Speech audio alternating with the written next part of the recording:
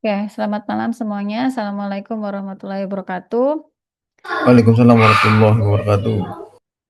Oke, hari ini kita jumpa lagi ya di mata kuliah Manajemen Risiko Keselamatan. Sebelumnya saya mohon maaf karena seperti yang pekan-pekan sebelumnya, saya harus mengganti jadwal karena memang saya sebenarnya mengupayakan malam, tapi malam itu saya harus mengambil jadwal dosen lain supaya saya bisa ambil malam. Jadi akhirnya dapat ya saya pakai gitu ya. Nah, untuk malam ini, setelah sebelumnya saya membahas tentang apa ya? Ada yang masih ingat?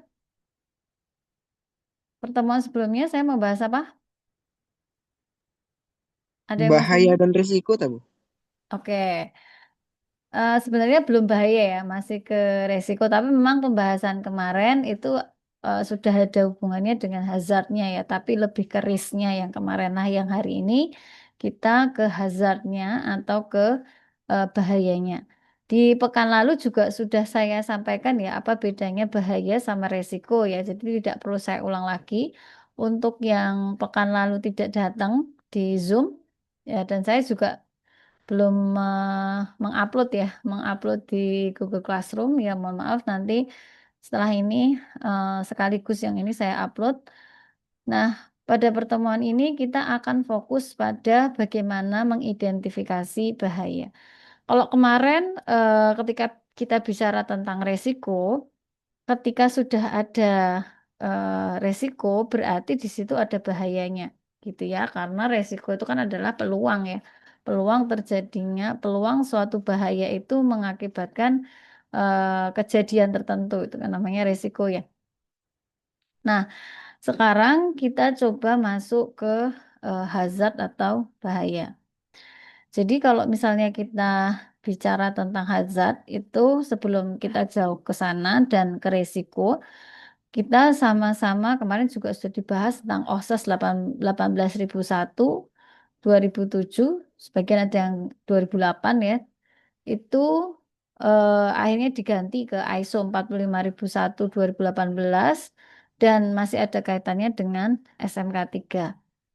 Yang orang apa namanya, yang orang K3 pasti paham ya kenapa OHSAS 18001 itu diganti ke ISO 45001, yang dimana klausulnya yang dari 4 itu jadi 9 gitu ya. Jadi klausulnya lebih banyak dan lebih detail di ISO 45001. Cuma di dalam teori K3 atau SMK 3 atau manajemen risiko keselamatan itu mungkin yang paling dikenal ya OHSAS ya, OHSAS 18001, karena memang itu awal mulanya atau nenek moyangnya gitu ya.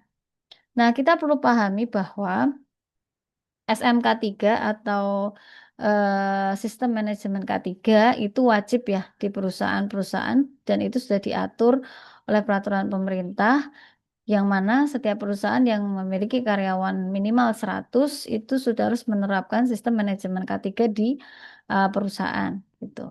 Nah, kita melihat sedikit ya apa kaitannya antara SMK 3, manajemen risiko, sama apa yang terdapat dalam OHSAS.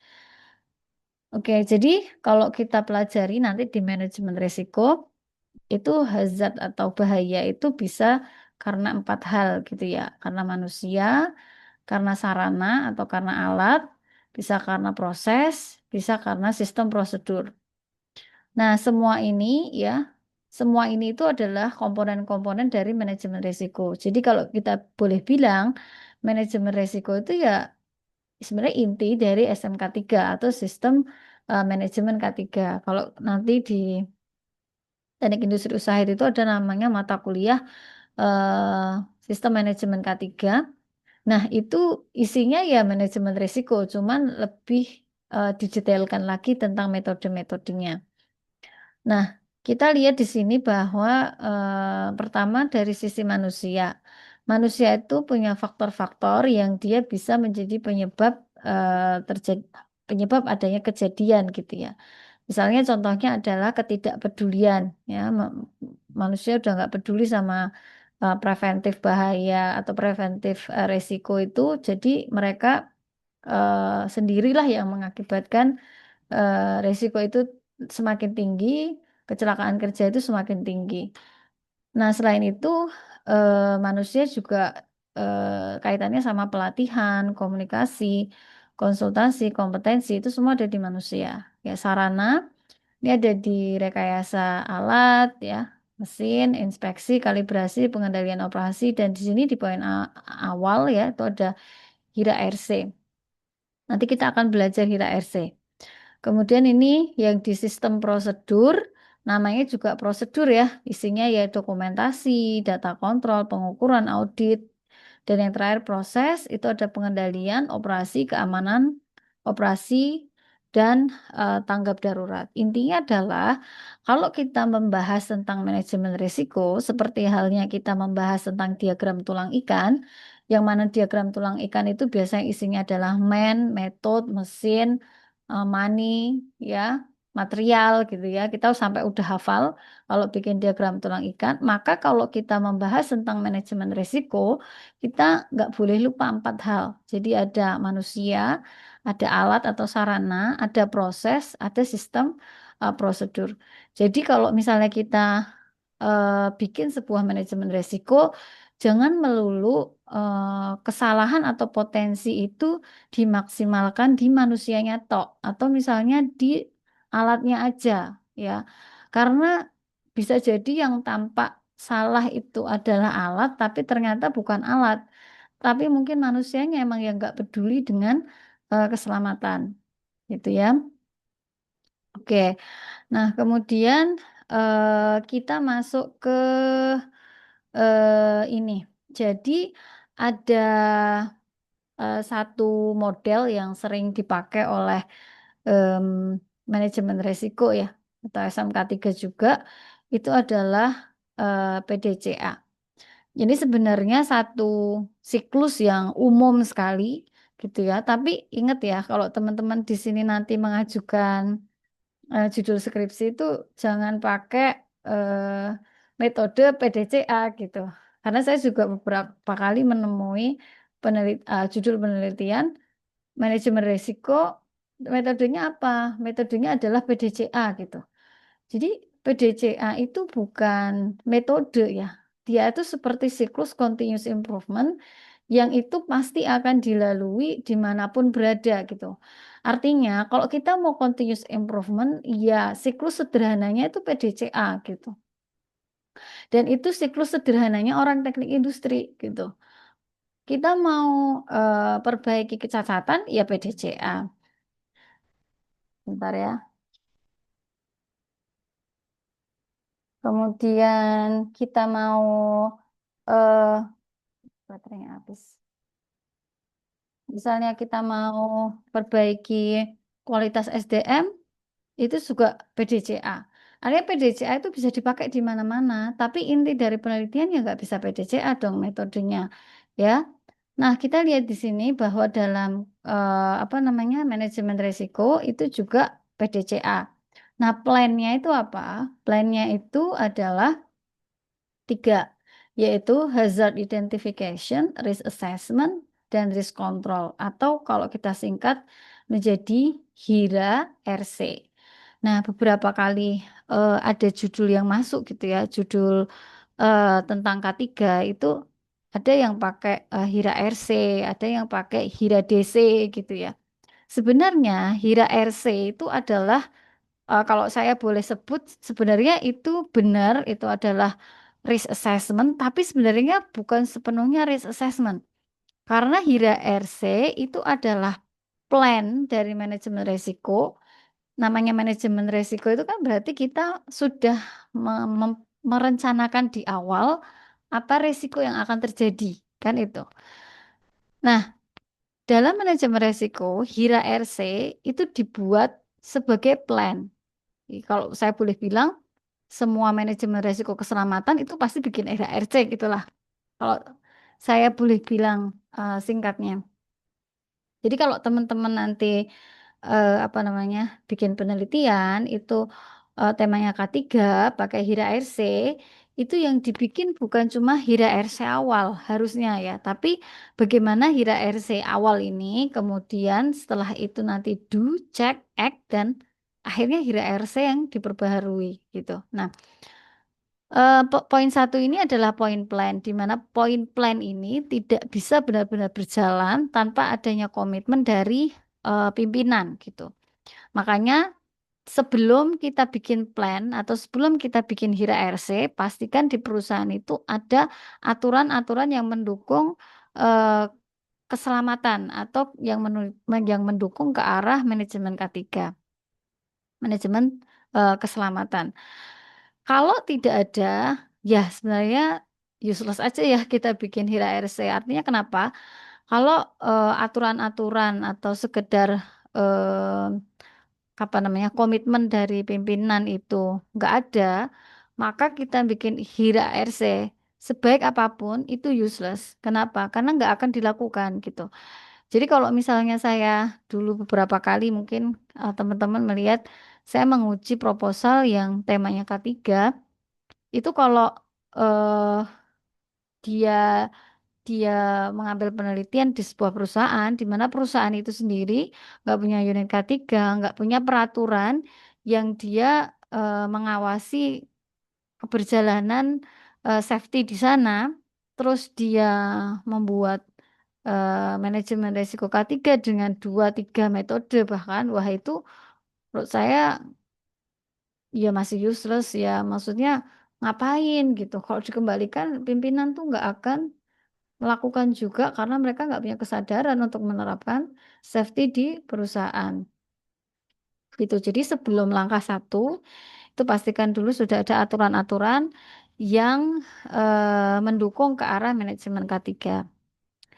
Nah, setelah plan tadi meliputi Hira RC tadi, maka kita masuk ke langkah kedua yaitu do. Do itu gimana? Do itu berarti apa yang kita tulis dalam Hira RC. Hira RC tadi sudah terjabarkan ya. Jadi ada hazard identification yaitu kita udah tahu tuh, sudah bisa mengidentifikasi apa bahayanya, kita udah bisa mengakses risikonya, dan kita sudah memberikan risk controlnya. Nah, risk control inilah yang kita do, kita lakukan, diuji cobakan. Ya, gimana sih kalau diimplementasikan? Nah, itu pada poin do. Jadi, otomatis ada implementasi dan ada edukasi kepada pekerja tentang langkah-langkah pengendalian. Nah, kemudian yang ketiga itu adalah cek. Setelah Hira RC tadi coba diimplementasikan apa namanya di objek, maka dilakukan inspeksi atau audit. Ada nggak efeknya gitu. Nah, ini nanti kita akan belajar juga ya. Ada apa namanya pengendalian-pengendalian yang bisa langsung berefek, tapi ada juga pengendalian-pengendalian yang efeknya itu lama.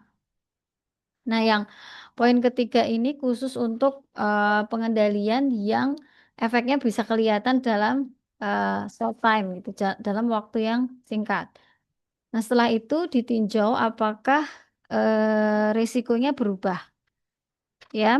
Kemudian resiko berubah itu kok bisa seperti apa? Jadi misalnya resiko berubah itu em, yang tadinya high risk gitu ya karena tingkat frekuensi terjadinya tinggi jadi rendah, atau misalnya tadinya sering terjadi, ini juga sering terjadi tapi dampaknya berkurang gitu. Nah, itu juga akan mempengaruhi asesmennya. Nah, itu nanti ditinjau gimana hasilnya. Setelah itu juga dicatat insiden atau ketidaksesuaian yang terjadi. Masih ada atau enggak? Kalau masih ada, berapa persen? Nah, itu dievaluasi, dicek, dan yang keempat adalah act. Act itu kita bereaksi terhadap hasil kontrol atau cek yang kita lakukan tadi.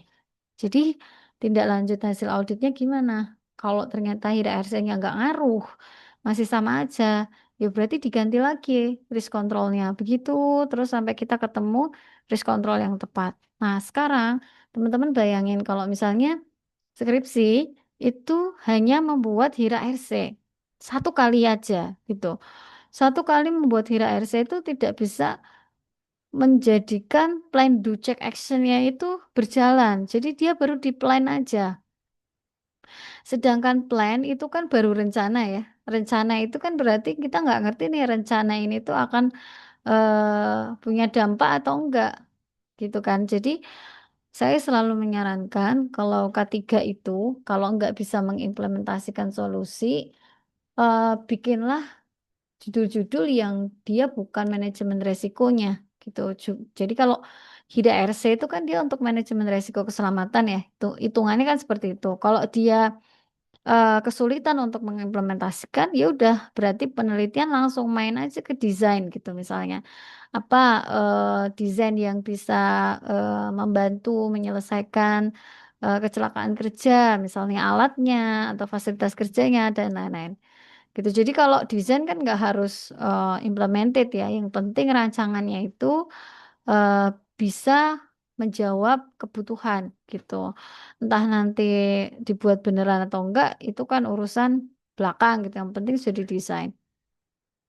Nah, jadi ini poinnya ketika kita eh, melakukan manajemen risiko, itu langkah pertama itu memang bikin HIRA RC. Oke, lanjut. Nah, kemudian setelah tadi kita bahas tentang beberapa perbandingan ya antara OSAS berapa tadi 18.001 kemudian berubah ke ISO 45.001. Nah, itu eh, sekarang kita pelajari tentang hazard itu sendiri. Jadi hazard itu berbeda dengan risk. Kemarin sudah dibahas. Nah, secara definisi kita bisa lihat bahwa a hazard is a source of potential harm in term of human injury, ill health, damage to property, the environment, or combination of these. Jadi kalau kita bicara tentang hazard atau bahaya itu source, sumber kerugian yang potensial yang ada kaitannya sama human injury atau cedera pada manusia, ill health, apa namanya sakit ya, damage to property, kerusakan properti ya, entah alat, entah gedung, the environment, lingkungan atau kombinasi antara semua itu. Jadi ya rusak gedungnya, rusak lingkungannya, atau semuanya lah gitu. Itu menurut Frank Bird Loss Control Management. Nah, kalau menurut OSAS 18.001, singkat aja, hazard itu source, situation, or act with potential for harm in term of human injury or ill health. Jadi bagi menjadi dua aja, yang itu kaitannya sama human injury or ill health. Jadi sama cedera pada manusia dan juga kesehatan gitu. Jadi kalau menurut OSAS itu lebih simpel lagi. Selama itu ngaruh ke tubuh manusia, entah itu cedera tadi sifatnya atau lebih ke kesehatan, yaitulah apa bahaya. Jadi kalau misalnya bahaya itu merusak gedung, tapi nggak bikin orang cedera atau sakit, ya kalau menurut OSAS itu bukan hazard yang kita teliti sekarang gitu ya. Atau misalnya itu merusak lingkungan, tapi untuk manusia dan untuk ya kayaknya nggak mungkin sih ya kalau merusak lingkungan, tapi manusia yang nggak kedampak juga nggak mungkin ya. Tapi itulah pengertiannya. Jadi kalau OSAS itu fokus ke human injury or ill health aja. Nah, kemudian kita akan pelajari klasifikasi bahaya itu apa aja. Jadi kalau teman-teman, saya beberapa kali mengoreksi proposal skripsi sampai ke sidang, itu identifikasi bahaya itu selalu kaitannya sama eh, kebanyakan itu manusia gitu ya. Kebanyakan manusia dan fisik. Kayak misalnya licin, kemudian berdebu, kemudian apalagi ya, tangan terjepit, kayak kayak gitu itu kan fisik ya. Padahal bahaya itu maksudnya kejadian, risiko kejadian yang itu disebabkan oleh bahaya-bahaya selain fisik itu juga banyak gitu. Nah, jadi apa aja sih sumber bahaya yang ada di sekitar kita? Yang pertama fisik ya tentu yang sering disebut-sebut, yaitu ada bising, ada temperatur, ada radiasi, pencahayaan, getaran, dan lain-lain. Nah, termasuk yang tadi ya, misalnya kategori licin, kemudian apa tadi yang saya sebutkan itu ya pokoknya. Nah, itu tangan terjepit itu bagian dari fisik. Kemudian yang kedua adalah kimia atau bahan beracun. Bahan beracun ini jarang terekspos. Ya, jarang terekspos. Kenapa? Karena ada beberapa bahan kimia yang dia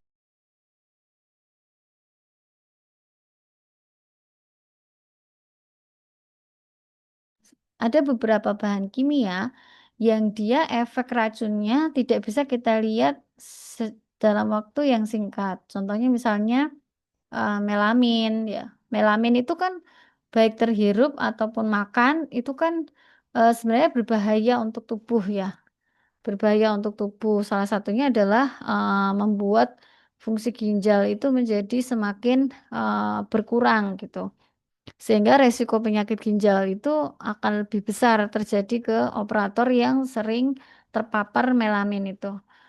Tapi sekarang kita juga temui beberapa produk yang dengan bahan melamin itu juga banyak gitu. Walaupun katanya masih dalam takaran aman gitu. Tapi kalau takaran aman itu kena terus setiap hari atau kita mungkin alat yang kita gunakan untuk makan juga dari melamin dan itu setiap hari, ya mungkin tetap akan resiko kejadian kita ginjalnya rusak itu ya semakin tinggi kan gitu. Dan itu efeknya nggak setahun 2 tahun, mungkin puluhan tahun baru kelihatan. Nah, ini juga bahaya. Ya, kemudian iritasi, peledak, polusi, pencemaran gitu ya. Biologi itu ada virus, bakteri, jamur ya. Ini nggak perlu saya jelaskan. Nah, ini yang paling sering juga itu adalah ergonomi.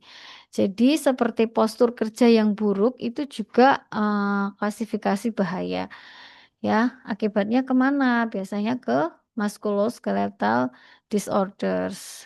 Ya, kemudian ada psikososial.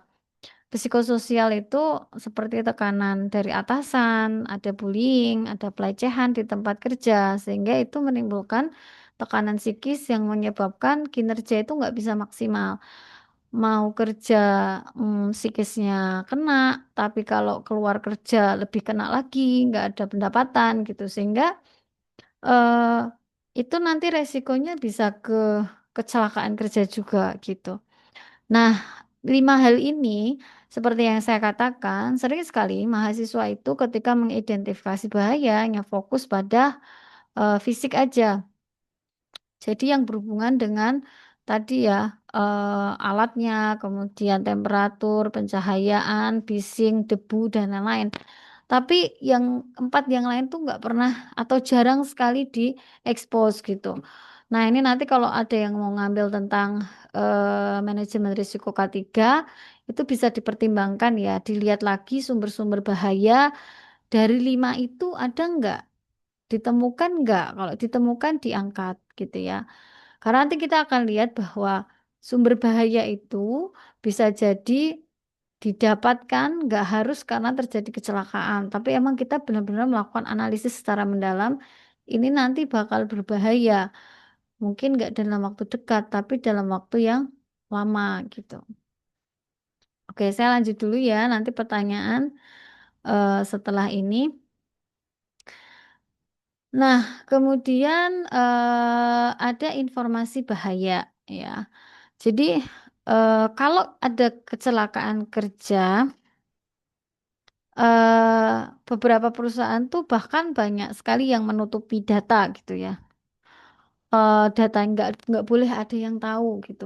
Bahkan ketika beberapa mahasiswa itu eh, mengambil tema K3 itu banyak yang menggunakan PT-nya itu disamarkan. Jadi PT XYZ, PT ABC, apalah itu ya. Kenapa? Karena perusahaan tuh nggak mau ketahuan kalau di situ tuh banyak kecelakaan kerja gitu. Nah, padahal ke- data terjadinya kecelakaan kerja itu adalah sumber informasi bahaya yang itu sebenarnya bisa menjadi celah perbaikan. Tapi perusahaan itu biasanya menutupi. Kenapa? Nanti dikira melanggar hak asasi manusia gitu ya, mendapat pekerjaan yang layak, melanggar hukum SMK 3 dan lain-lain. Nah, Kalau ada, kalau saya pribadi ketika ada mahasiswa datang bahas K3, perusahaan disamarkan, itu saya sudah bertanya-tanya sebenarnya perusahaan tuh komit nggak sama K3 gitu. Tapi ya sudahlah ya itu behind the scene aja. Jadi intinya ketika ada data tentang kecelakaan kerja, sebenarnya itu adalah sumber kita mendapatkan solusi. Di situ banyak sumber informasi bahaya yang bisa kita jadikan alat untuk cari sebenarnya nanti solusinya apa. Ya, sumber informasi bahaya kita bagi menjadi dua, yaitu kita belajar dari kejadian kecelakaan. Yang kedua, kita belajar dari kecenderungan kejadian. Yang pertama dulu itu dari kejadian kecelakaan. eh, dari setiap kasus kecelakaan itu seharusnya itu dibagi informasi-informasinya dan dianalisis.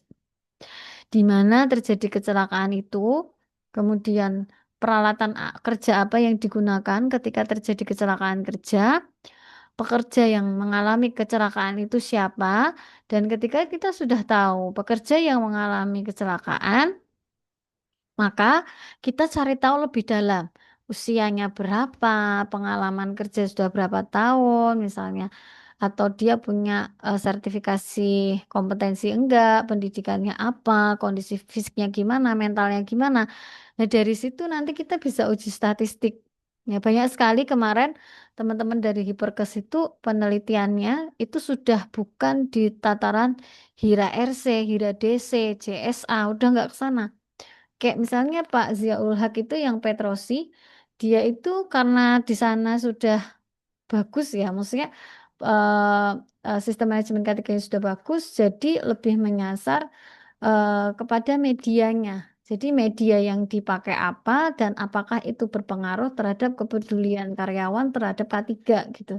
Jadi yang diserang bukan gimana kita mengatasi bahaya atau apa enggak, tapi dari tingkat kepedulian itu dan media apa yang bisa kita pakai untuk meningkatkan tingkat kepedulian orang-orang itu gitu. Karena sebaik apapun sistem yang kita bangun, kalau orang-orangnya nggak peduli ya percuma gitu. Karena sistem itu dikerjakan oleh manusia, bukan oleh robot gitu ya. Kan manusia yang kerja, bukan robotnya gitu ya. Jadi ini penting. Kemudian waktu kejadian, bagian tubuh yang cedera apa dan tingkat keparahannya seperti apa. Nah, data-data ini itu dikumpulkan, dianalisis. Nah, nanti kalau kita sudah menemukan pola nih, misalnya polanya itu kenapa ya kecelakaan itu selalu terjadi di departemen ini gitu, atau selalu terjadi di proses A gitu. Nah, kita pasti akan langsung menuju ke situ, ke proses itu. Apa yang salah di prosesnya, gitu ya, atau orangnya, atau apanya. Tapi setiap ada kecelakaan kerja itu sebenarnya seperti peluang peluang emas kita menemukan ada perbaikan signifikan gitu ya terkait dengan kecelakaan kerja. Ya kalau nggak ada kecelakaan itu sebenarnya malah lebih susah gitu ya. Lebih susahnya lebih susah gimana? Lebih susahnya gini. Kalau nggak ada kecelakaan kita nggak tahu kalau di situ ada bahaya kan gitu ya sebenarnya. Nah, kalau ada kecelakaan, walaupun itu misalnya kecelakaan ringan, tapi kan kita sudah tahu, oh di situ ada bahaya. Mungkin itu ringan karena orangnya ya masih hati-hati gitu ya, jadi ringan aja gitu. Tapi kalau enggak ya kan bisa besar. Nah, itu yang kedua, yang pertama. Yang kedua adalah kecenderungan kejadian. Kecenderungan kejadian ini eh, yang dilihat apa? Yang dilihat adalah eh, apa ya namanya siklusnya. Jadi kadang kita itu bisa ngelihat kecelakaan kerja ini meningkat ketika apa. Misalnya ya, kecelakaan kerja ini kecenderungannya meningkat ketika peak season, ketika permintaan lagi tinggi-tingginya, itu pasti kecelakaan kerjanya tinggi gitu. Oke, berarti penyebabnya kemungkinan besar adalah kelelahan gitu ya. Kita bisa menganalisis ke sana. Tinggal nanti apakah praduga kita benar atau enggak itu bisa kita analisis menggunakan uji statistik. Nah, apalagi misalnya berhubungan dengan kesehatan. Kenapa di angkatan apa di operator-operator yang sudah bekerja selama 15 tahun rata-rata mereka punya penyakit paru misalnya. Nah, ini berarti ada indikasi bahwa sejak mereka kerja di awal, mereka itu sudah terkena zat-zat yang membahayakan untuk paru-paru mereka.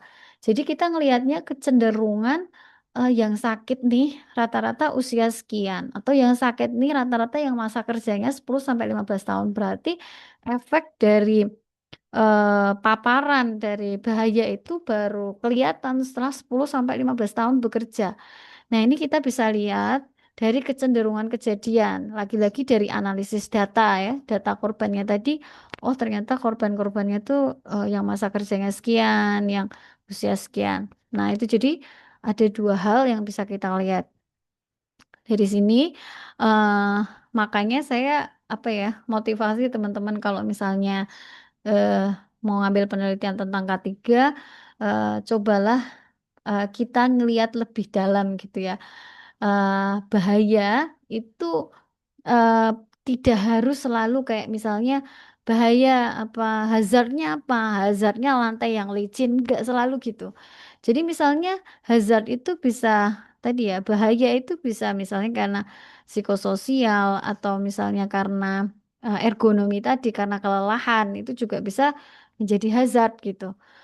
Nah, jadi jangan hanya ngelihat fisik aja, tapi ngelihat juga apa namanya tipe-tipe hazard yang lain. Masih ngantuk atau masih ngantuk nih? Masih kuat ya? Kuat, Bu. Kuat. Oke. Masuk Bu. Masih kuat, Bu. Siap. Lanjut, Aman, Bu. Bu. Oke, lanjut ya. Jangan lupa Gaskan. siapkan cemilan dan kopi dan juga tehnya atau es tehnya ya.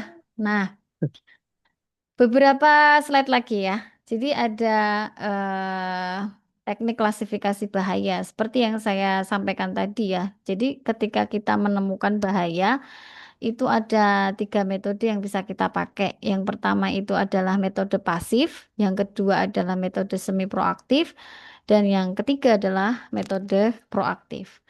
Metode pasif itu adalah metode eh, identifikasi bahaya, sorry tadi bukan klasifikasi, tapi identifikasi bahaya, di mana identifikasi itu kita lakukan setelah terjadi kecelakaan.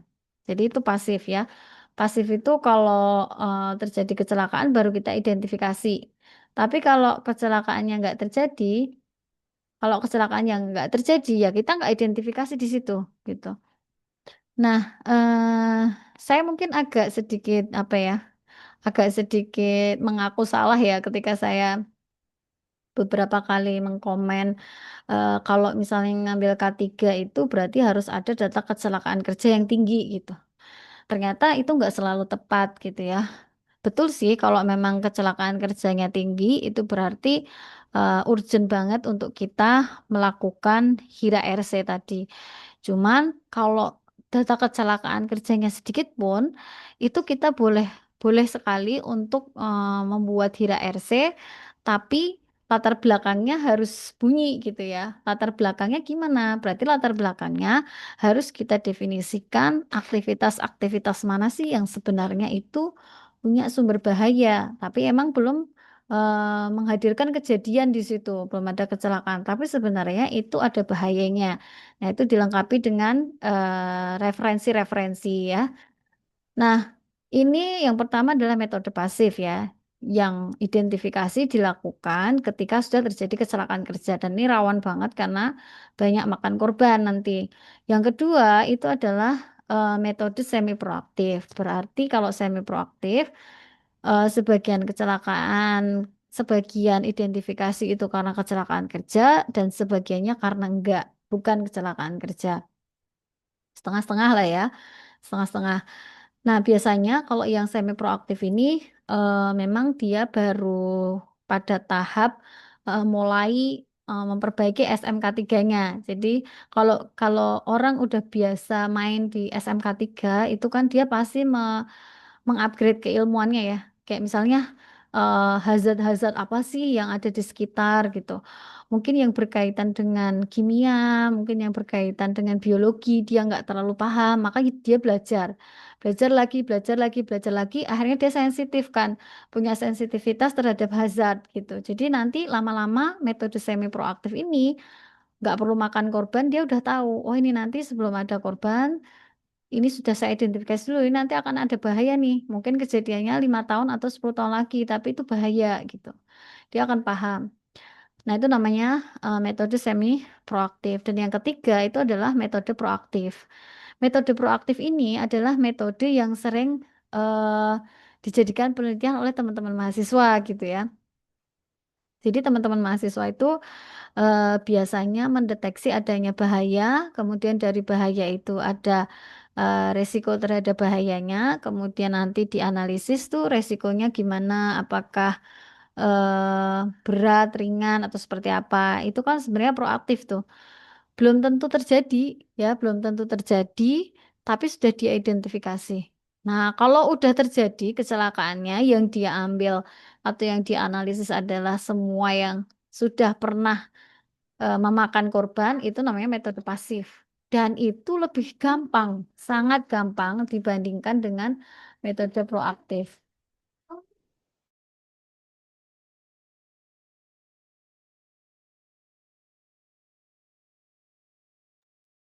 Oke, nah ini adalah 3 metode. Nah, kemudian saya lanjut ke sini. Nah, ada beberapa metode identifikasi hazard ya, yang ada di literatur-literatur dan di mata kuliah ini nggak secara spesifik membahas semua metode ya.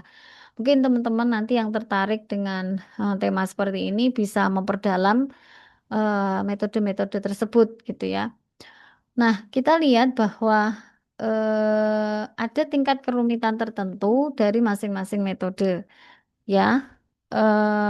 Daftar periksa, brainstorming, what if, HAZOPS, FMEA, task analysis, event tree analysis atau FTA, kemudian FTA sorry yang bawah, event tree analysis itu semuanya eh, punya tingkat kerumitannya masing-masing dan kita bisa lihat bahwa kayak FTA itu ada di tingkat kerumitan yang paling rendah ya. Kalau teman-teman ngelihat mungkin kenapa daftar periksa ini menjadi yang paling tinggi gitu. What if itu apa gitu ya, nggak ngerti. What if brainstorming itu apa gitu. Mungkin teman-teman itu lebih lebih sering berhadapan dengan FMEA, dengan fault tree analysis gitu ya. Padahal itu punya tingkat kerumitan yang lebih rendah gitu. Sebenarnya gini, kalau kita main di daftar periksa atau brainstorming, itu kan sebenarnya kita mengelaborasi banyak hal ya, sampai di titik yang paling detail dari proses yang harus kita lihat gitu. Ketika kita daftar periksanya itu daftar periksa itu nggak mungkin hanya activity aja. Misal activity itu proses pemotongan itu nggak dari proses pemotongan itu pasti dielaborasi lagi lebih detail seperti mengangkat kayu, meletakkan kayu di meja misalnya, kemudian memasang mata pisau dan lain-lain. Nah, itu yang ada di daftar periksa dan itu rumit untuk kita eh apa arrange ya, untuk kita susun di dalam checklistnya. Nah, jadi kalau misalnya teman-teman nanti mau skripsi, wah saya cuman pakai checklist Bu, misalnya ya, ya itu nggak masalah, pede aja gitu. Asal checklistnya itu detail gitu, asal checklistnya itu lengkap.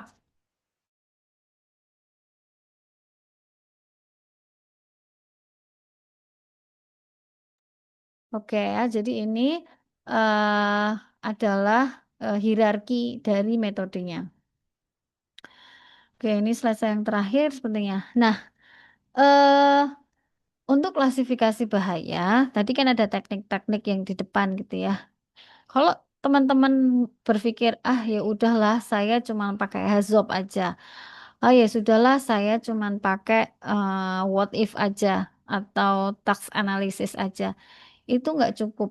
Ya, kenapa? Karena masing-masing metode itu mempunyai kelemahan dan kelebihan. Sehingga kita dengan satu metode itu saja kita tidak bisa menjangkau 100% bahaya yang ada di dalam satu aktiviti tertentu atau bahkan di dalam organisasi. Kalau kita mau menjangkau satu organisasi, ya kita harus berani lebih dari satu metode gitu. Jadi itu alasannya. Jadi kalau misalnya teman-teman ditanya ya, kenapa kok pakai dua metode? Kenapa nggak cuma satu metode? Emang satu metode aja nggak cukup? Nah ini yang kadang teman-teman itu salah memilih scope gitu. Jadi skupnya itu kalau cuma proses aja itu mungkin cukup untuk satu metode misalnya. Tapi kalau udah skupnya itu misalnya proses sama alat itu kan berarti nggak bisa satu metode gitu. Nah jadi kita harus bisa memahami apa sih kelebihan metode A, apa kelebihan metode B gitu ya. Nah ini kita lihat bahwa kalau kita mau menganalisis resiko atau kita menganalisis bahaya, identifikasi bahaya, kita lihat di sini.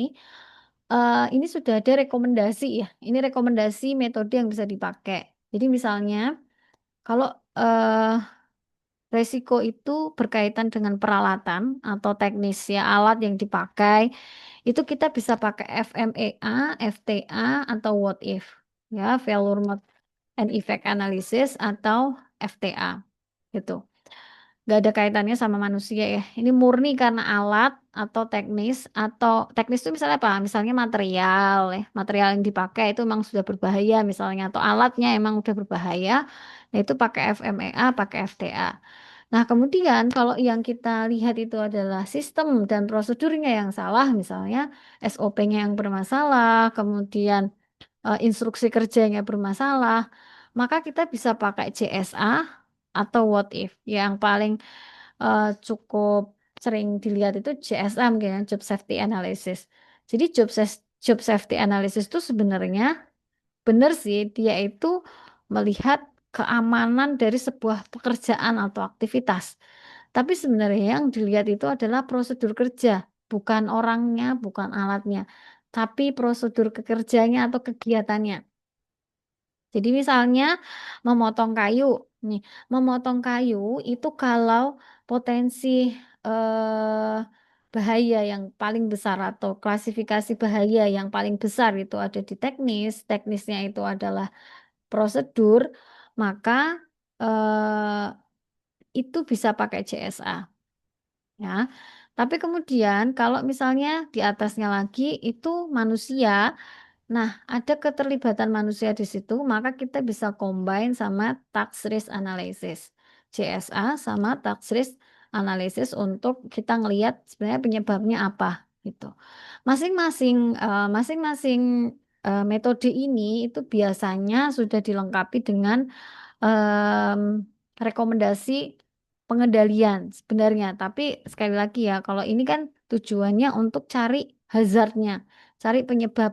Jadi sebenarnya kalau misalnya kita pakai JSA nih, itu kita pakai untuk risk control misalnya. eh itu nggak bisa gitu karena fungsi utamanya itu sebenarnya untuk menganalisis mengidentifikasi bahayanya itu apa walaupun nanti di tabel CSA itu karena udah ketemu bahaya maka kita bisa tuh mengarahkan oh karena bahayanya ini berarti solusinya ini gitu tapi solusi ini kalau menurut saya ya kalau di CSA solusi ini masih solusi-solusi yang sifatnya umum gitu belum bisa diterapkan secara teknis, detailnya tidak ada gitu. Nah, kemudian kalau prosesnya itu eh, kita bisa pakai HAZOP, PHA, Process Hazard Analysis atau FTA. Kemudian kalau yang lain-lain tidak berhubungan dengan yang lain-lain, dari proses manusia, sistem dan peralatan kita bisa pakai what if atau HAZID. HAZID itu Hazard Identification. HAZID sama HAZOP itu bedanya apa? Kalau HAZID itu eh, bahaya, identifikasi bahaya dari aktivitas tertentu. Tapi kalau hazop itu dari operasi. Jadi lebih detail dari aktivitasnya. Seperti kayak tadi saya bilang, aktivitasnya adalah memotong kayu, tapi eh, operasinya itu ada banyak. Kegiatan motong kayu itu ada beberapa operasi yang harus dilakukan oleh si operator. Nah, dari operasi itu kira-kira mana nih yang punya resiko tinggi? Itu kan harus kita identifikasi. Resiko tingginya itu karena apa gitu ya? Itu juga harus kita identifikasi. Oke, selesai untuk materi saya. Mungkin ada yang mau ditanyakan? Silahkan. Ada yang mau ditanyakan? Silahkan. Ayo, kalau ada, Bu, ya, bertanya Bu, silakan. ya terkait ini tadi, illness fatality Bu. Hmm, Ya, jadi beberapa bulan atau tahun yang lalu itu di tempat saya itu ada illness fatality Bu ya. Yang ingin saya illness tanyakan, fatality. iya illness, karena kelelahan Bu. Oke. Ya, mengapa illness fatality ini seringkali tidak terdeteksi secara langsung? Jadi kalau kita lihat itu orangnya tuh kelihatan sehat-sehat aja itu Bu, tahu-tahu Hmm, capean. oke. Pertanyaannya kenapa sulit terdeteksi ya? Iya, sulit terdeteksi Oke. secara langsung. Iya. Oke, terima kasih. Ya, jadi ini tadi langsung spesifik ke kelelahan ya. Kelelahan itu bisa kita kategorikan ke dalam bahaya ergonomi. Kalau kita pelajari lagi tentang ergonomi, kelelahan itu ada dua ya, yang berhubungan dengan kelelahan fisik dan yang berhubungan dengan kelelahan mental. Kalau kelelahan fisik itu kelihatan. Kelihatan tuh misalnya dari raut muka, dari kedipan mata misalnya, kemudian dari nafasnya, kemudian dari apalagi ya mungkin keringat yang keluar, kemudian dan macam-macam. Tapi kelelahan mental itu yang seringkali nggak terbaca. Kelelahan mental itu juga sebentar.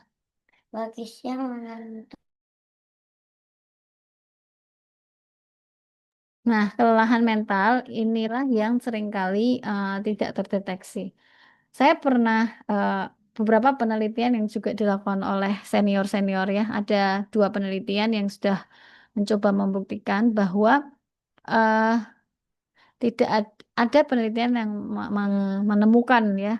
Salah satunya punyanya Delvia Ica itu bahwa kelelahan fisik itu tidak berhubungan dengan kecelakaan kerja atau bukan kecelakaan kerja. Kelelahan fisik itu tidak selalu berhubungan dengan kelelahan mental, tapi kelelahan mental itu pasti menyebabkan kelelahan fisik. Jadi itulah kenapa mungkin tadi pertanyaan dari Joyo Pratikno ya, saya manggilnya Mas atau Pak ini. Yang nggak kelihatan itu mungkin penyebabnya fatigue karena kelelahannya karena mental. Ya, kalau fisik itu sebenarnya bisa dilihat gitu, bisa diukur dengan mudah gitu. Ya, salah satunya tadi dengan mengukur detak jantung, kemudian kita pakai oximeter aja yang ditaruh di tangan, jari tangan seperti waktu COVID kemarin. Itu kalau tingkat oksigennya itu sudah di atas 90, bahkan sampai 100, 100 ke atas, itu sudah lelah dia. Jadi nafasnya cepet gitu. Ambil nafasnya cepet. Detak jantung itu juga kalau sudah di atas 120 ya 120 itu sudah berbahaya gitu. Jadi sebenarnya sesimpel itu kalau kita mengukur kelelahan gitu. Nah, kelelahan ini juga bisa juga disebabkan karena nggak tidur ya. Kalau kelelahan karena nggak tidur itu bahayanya nggak kelihatan nggak kelihatan secara detak jantung ya. Kenapa? Karena orang yang nggak tidur itu cenderung punya denyut nadi yang lemas. Lemas itu mestinya rendah. Kenapa? Karena dia pengen tidur sebenarnya, tapi nggak bisa gitu. Maka ini sebenarnya bisa kelihatan dari kalau kita memperhatikan ya, dari geraknya melambat, dari matanya, kedipan matanya. Jadi orang yang fokus ini ya nanti kita akan belajar di saya agak lupa kelelahan mental kayak kelelahan ekonomi kognitif mungkin ya. Orang yang eh, punya kedipan mata yang sedikit itu sebenarnya tingkat kelelahan mentalnya tinggi. Kenapa? Karena kalau dia nggak berkedip itu dia fokus dalam waktu yang lama. Itu menyebabkan dia riskan untuk terkena kelelahan mental. Tapi kalau kedipannya normal, banyak kedip misalnya, itu justru bagus gitu. Artinya dia secara mental nggak apa-apa. Nah, orang yang ngantuk itu biasanya dia kedipan matanya melemah, jadi nggak banyak berkedip dia gitu. Nah, intinya sebenarnya itu bisa kelihatan, hanya mungkin si pengamat tidak melihat secara jeli sehingga nggak kelihatan. Nah, yang lebih susah untuk diidentifikasi itu sebenarnya berkaitan dengan MSDS ya. Jadi kadang pekerja itu hanya ngerasa pegel tapi sebentar gitu. Pegel setelah dia stretching, hilang pegelnya, besok diulang lagi pekerjaannya, gitu terus. Nah, sampai satu waktu mungkin 10 tahun kemudian otot sama tendonnya nggak kuat misalnya, bagian kaki. Nah, itu baru kerasa setelah 10 sampai 15 tahun. Nah, itu kan yang kayak kayak gini itu nggak bisa kita ketahui sekarang bahayanya sampai kita mengidentifikasi data. Jadi kita bahkan mengetahui, bahkan ketika kita mau belajar manajemen risiko, itu sampai ada data operator absen itu pun kita harus tahu absennya karena apa. Misalnya karena sakit, sakitnya sakit apa. Itu benar-benar dievaluasi. Misalnya, oh sakit karena kakinya. Kakinya kenapa? Kakinya nyeri di bagian mana. Nah itu kita identifikasi. Sampai akhirnya kita temukan data. Oh, ternyata pekerja di sini itu rata-rata sakit di bagian kaki, tapi setelah 10 tahun. Berarti ini bahaya, itu baru kerasa 10 tahun. Berarti kan kita harus melakukan penanganan tuh di awal. Karena itu tetap akan berefek, walaupun efeknya baru 10 tahun, tapi pasti berefek. Gitu. Begitu ya. Mungkin ada feedback dulu, silahkan. Oke, Bu, iya. Iya betul kata yang disampaikan sama Ibu ya. Jadi terkait kurang tidur, Bu ya. Jadi memang kalau saya perhatikan ya, yang illness fatality di tempat saya bekerja itu memang kemarin karena dia seperti kurang tidur, dia shift malam kebetulan, yang bersangkutan shift malam, terus dia fatality itu setelah bangun tidur dia karena dia merasa terlambat, teman-temannya sudah bekerja, dia ketiduran itu kok. Habis itu dia berlari, kecapean, setelah itu dia bekerja dan terjadi itu illness fatality. Berarti sampai meninggal ya.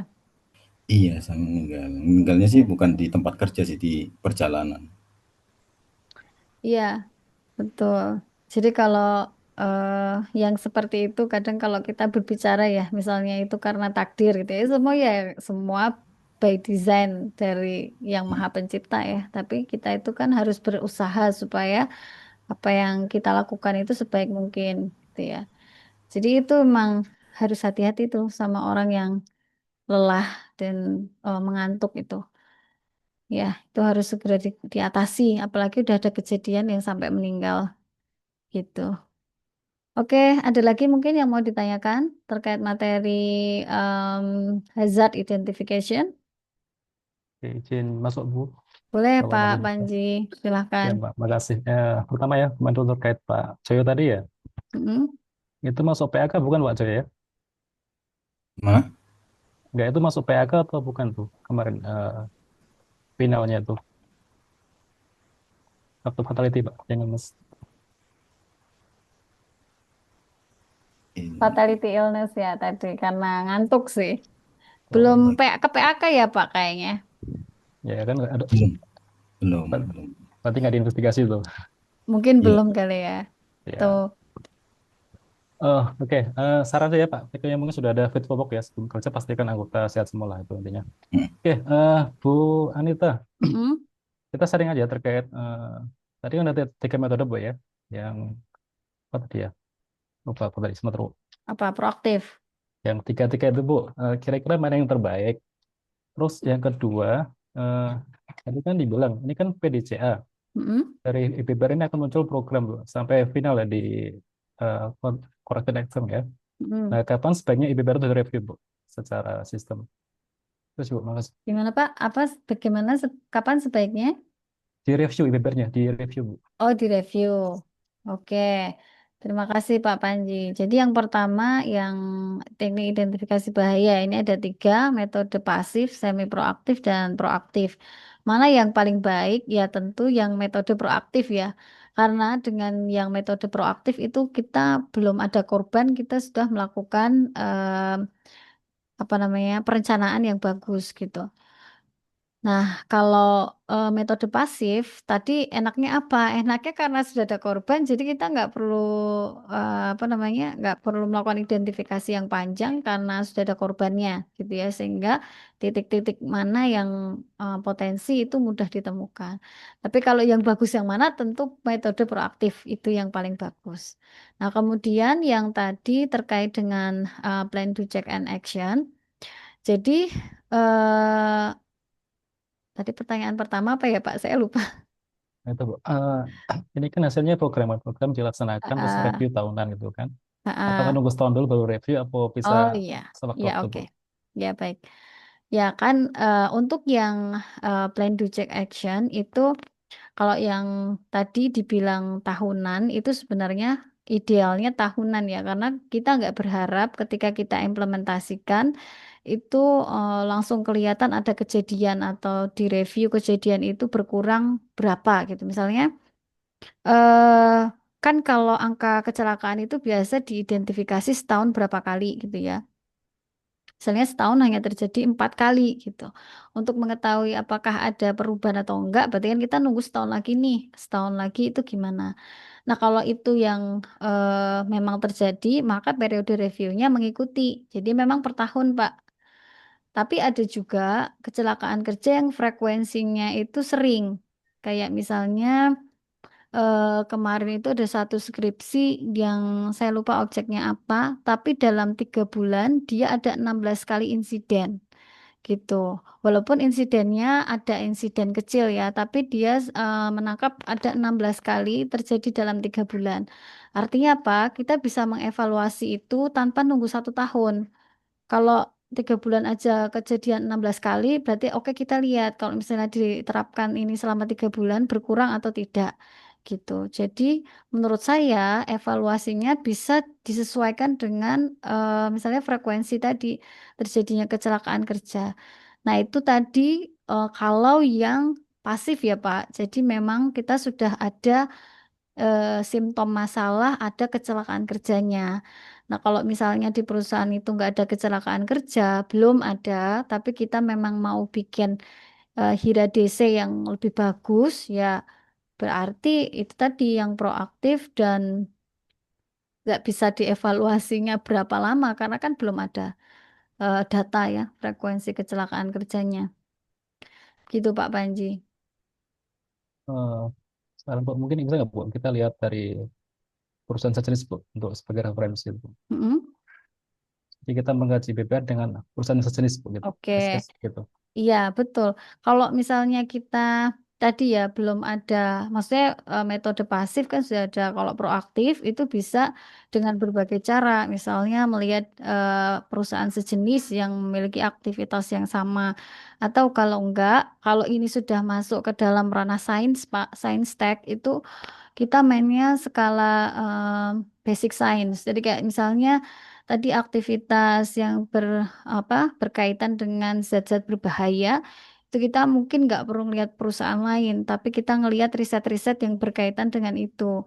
Oh, ini akan ngefek nih nanti setelah 5 sampai 10 tahun. Berarti kita bisa mengambil referensi itu untuk sebagai dasar identifikasi bahaya gitu. Kalau sama sih sebenarnya kayak apa namanya MSDS itu kan juga sama.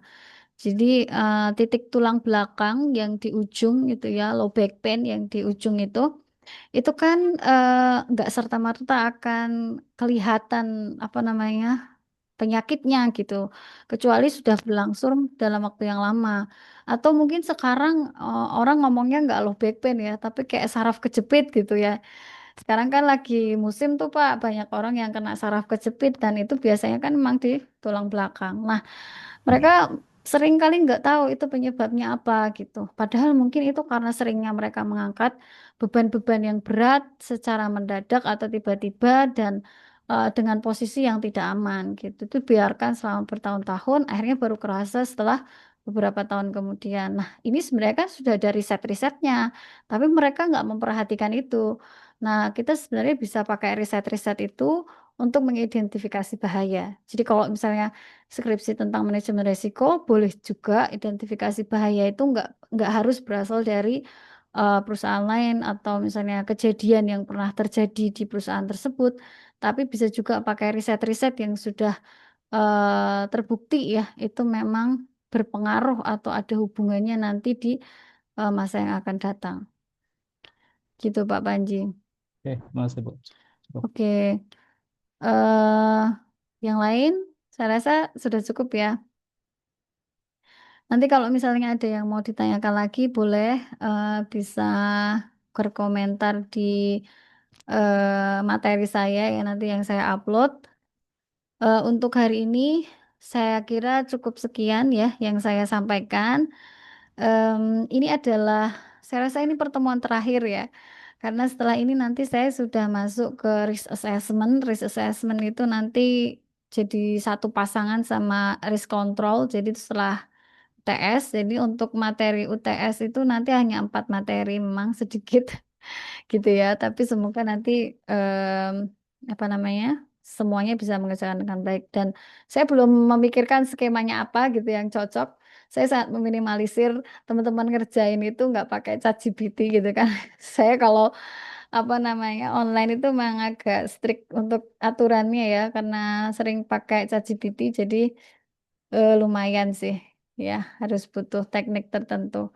Ya semoga nanti lancar semuanya bisa mengerjakan gitu ya.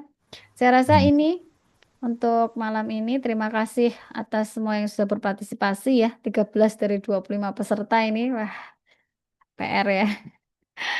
Semoga yang selanjutnya nanti bisa lebih banyak. Saya akhiri.